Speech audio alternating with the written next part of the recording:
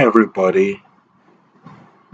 Um, this is the third video in the series on check constraints, and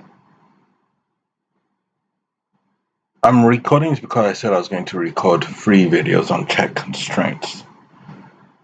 Um, and I felt like if I don't record this, it will make things more confusing. What I want you to talk about is when I thought about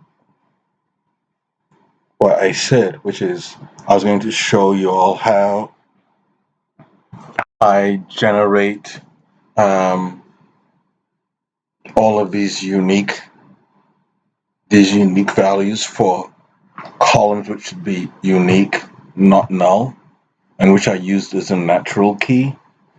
It involves so much stuff which is not related to the DDL. It's not related to the data definition language. It's not related to it deals with things in the DML such as inserts. It also deals with things like stored procedures. That I started to feel like it would make things way more confusing and not clear that I should I should save that for another video. But because I had mentioned that there's going to be 3 videos, I felt like it's easier for me to just record this and say that I'm not going to cover it. This is maybe somewhere along the line, people thinking, oh, that where's the third video, and being confused. And why am I doing it this way? Maybe as an IT professional, my philosophy has become that we're always doing things as a work in progress and thinking of what will not happen, what will fail. A lot of people would say, well, I'm going to make 2 videos, or they'll just change it so that there's only going to be 2.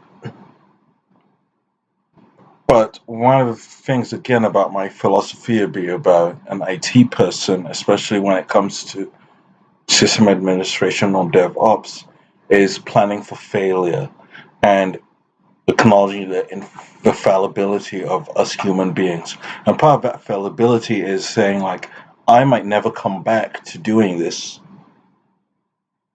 I might never come back to renaming, reordering, and editing.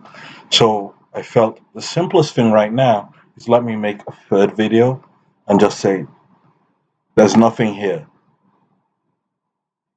And then it's not going to be confusing. And if I go, so that's why I'm writing this or recording this.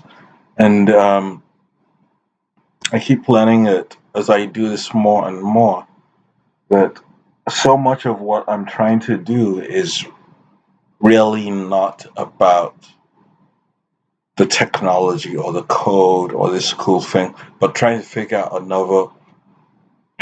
philosophy and a way of living. And maybe that's all I need to share right now. And thank you for your patience, and I apologize. Okay, bye for now.